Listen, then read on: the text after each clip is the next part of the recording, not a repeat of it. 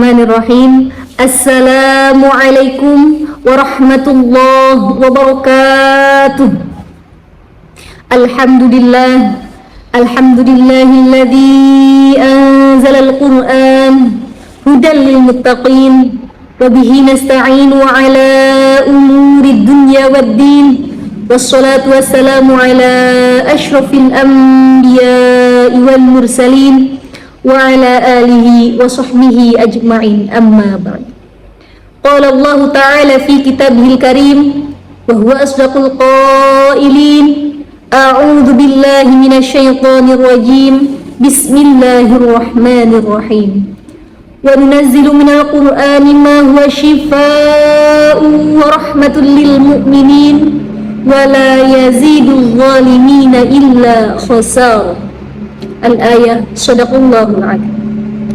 Jamaah online Silaman Rohani Ramadan yang mudah-mudahan Allah muliakan. Amin.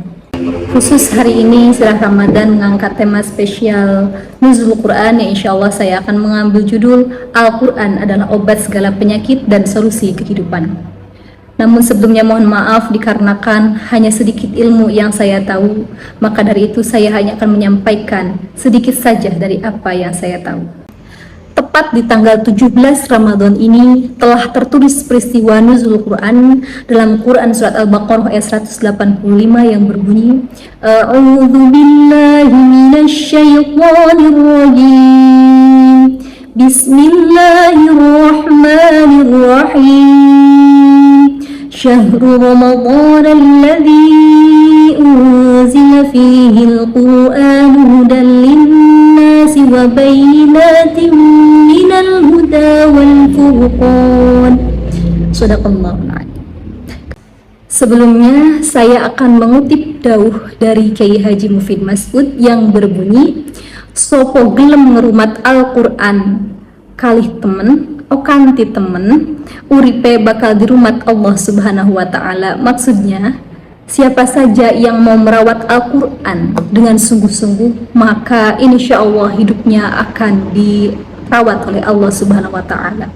Kemudian ada dawuh juga dari Nyai Hajah Walidah Munawir yang berbunyi, sepiro gedene olehmu ngopeni Al-Quran, semono ugo uripmu diopene pangeran. Maksudnya sebesar apa kamu merawat Al-Quran, maka sebesar itu pula hidupmu akan dirawat oleh Allah Subhanahu wa ta'ala. Masya Allah, tabarakallah. Bagaimana kabarnya jamaah semuanya hari ini? Mudah-mudahan selalu diberikan sehat walafiat lahir batin dan dimudahkan segala urusannya. Mengutip dari pesan yang telah Allah sampaikan dalam Al-Quran surat Al-Isra ayat 9 yang berbunyi, Inna hadzal Qur'ana yahdi lillati hiya aqwam. Sesungguhnya Al-Quran itu adalah petunjuk ke jalan yang paling benar. Nah hadirin, Al-Quran itu bagaikan lalu lintas kehidupan. Coba kita bayangkan apabila pengendara motor, mobil, kereta, dan pesawat mereka berjalan seenaknya di jalan raya tanpa mematuhi tata tertib lalu lintas. Mereka bingung apa arti dan fungsi lalu lintas yang telah dipasang oleh pemerintah. Apa yang akan terjadi di jalanan? Kemudian apabila sebuah negara ingin berdiri kokoh tanpa adanya undang-undang dasar, tanpa adanya organisasi kepemerintahan yang jelas, apa yang akan terjadi dengan masyarakatnya? Begitu pula dengan kehidupan seorang muslim yang hidup tanpa adanya panduan kehidupan yang berasal dari Al-Quran. Apa yang akan terjadi dalam hidupnya? Pasti seorang muslim tersebut akan bingung, dia arah hidupnya mau ke kanan, ke kiri, maju ataupun mundur. Na'udzubillah. Apalagi sekarang memasuki era generasi alfa, di mana generasi milenial, generasi Gen Z, generasi post Gen Z, bahkan alfa, mereka hidup dengan kecamuk batin dan berbagai permasalahan-permasalahan dalam pikirannya. Pernah heran tidak, remaja zaman sekarang itu sudah bingung dengan kehidupannya. Mereka merasakan seolah berpikir tentang hal yang sebenarnya pada saat usia remaja tersebut kita belum pernah terpikirkan. Bagaimana tidak, mayoritas anak-anak zaman sekarang itu sudah mahir mengakses aplikasi-aplikasi yang ada di gadget mereka. Dengan durasi video TikTok yang rata-rata mayoritasnya itu kan 30 detik sampai 2 menit. dalam waktu setengah jam apabila mereka scroll TikTok itu sudah mendapatkan 60 video. Dengan kata lain, sudah ada 60 info atau fakta-fakta atau berita-berita yang masuk ke dalam pikiran mereka. Maka dari itu tidak heran apabila mereka itu sangat pusing dengan kehidupannya sendiri, karena mereka tuh terlalu banyak menerima informasi-informasi yang mereka itu tidak tahu itu informasi benar atau informasi salah untuk kehidupan kedepannya. Jemaah online rahimakumullah, tahun 2022 awal Januari saya masuk daftar pondok pesantren Al-Baqarah Putri Lirboyo. Beberapa hari setelah itu Umi Nyai Hajah Nur Hannah Zamzami, beliau dauh dan dauhnya itu sangat mengena bagi saya dikarenakan saat itu saya sedang dalam kondisi yang tidak baik-baik saja secara lahir batin. Beliau dauh seperti ini, Al-Quran itu adalah obat.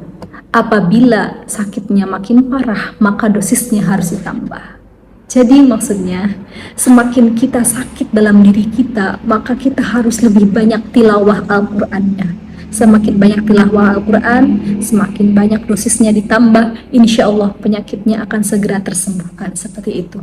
Sangat relate sekali dengan firman Allah Subhanahu wa Ta'ala dalam Quran surat Al-Isra ayat 82 yang berbunyi, wa nunazzilu minal qur'ani ma huwa shifaa'un wa rahmatul lil mu'minin wa la yazidu zalimina illa khasar. Al-ayah. Shadaqallahul adzim. Semua ayat-ayat yang tertulis dalam Al-Quran itu merupakan sebuah obat, baik itu surat Al-Fatihah, Al-Ikhlas, Al-Mu'awwidhatain, ayat kursi, maupun surat-surat pilihan lainnya lagi. Insya Allah ayat-ayat tersebut mampu menjadi penerang jiwa-jiwa yang telah sakit.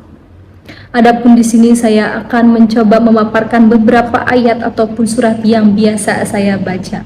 Yang pertama, apabila kita dalam keadaan sakit, biasanya dibacakan surat Al-Fatihah.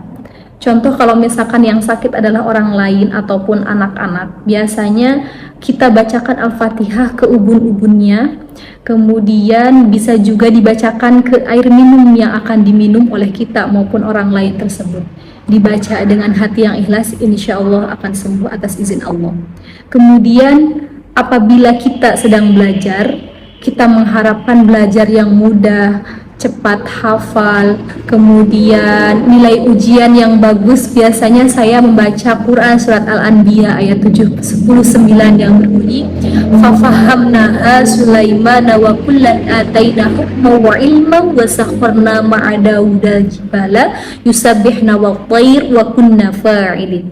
Seperti itu. Itu dibaca ketika selesai belajar, kemudian dibaca kembali ketika kita mau melakukan ujian tertulis ataupun lisan, gak apa-apa, intinya mau ujian aja gitu, biar kita mendapatkan ilham seperti pintarnya Nabi Sulaiman, seperti itu. Kemudian doa ketika kita mau tampil, ketika kita mau public speaking, kita mau pidato ataupun lomba apapun itu yang berhubungan dengan halayak ramai, kita gugup, kita takut. Biasanya saya membaca Quran surat Thaha ayat 25 sampai 28 yang berbunyi, Rabbi shrah li sadri wa yassir li amri wahlul 'uqdatam min lisani yafqahu qawli. Nah, ketika kata yafqahu qawli itu dibaca berulang-ulang sampai hati tenang, yafqahu qawli, yafqahu qawli, ya Allah, seperti itu. Selanjutnya, apabila kita kehilangan barang atau sesuatu, kita tuh bingung menemukannya di mana. Coba baca Quran surat Ad-Duha ayat 7 yang berbunyi wa wajadaka dhallan fahada, dibaca sebanyak 8 kali. Insya Allah atas izin Allah, barang yang kita nggak tahu kapan itu hilangnya dan di mana letaknya, insya Allah sama Allah diperlihatkan dan kita tiba-tiba ingat, oh iya kita meletakkannya di sini, seperti itu. Selanjutnya, surat yang biasa dibaca untuk memagai rumah kita ataupun sebuah bangunan di mana kita tinggal supaya terhindar dari hal-hal jelek yang tidak kita inginkan, baik itu dari serangan jahat manusia ataupun jin. Bacakanlah surat Al-Baqarah. Insya Allah apabila kita membacanya dengan hati yang ikhlas dan penuh pengharapan keimanan kepada Allah, insya Allah atas izin Allah, apapun yang kita inginkan dengan membaca ayat-ayatnya dari Al-Quran, insya Allah akan Allah kabulkan.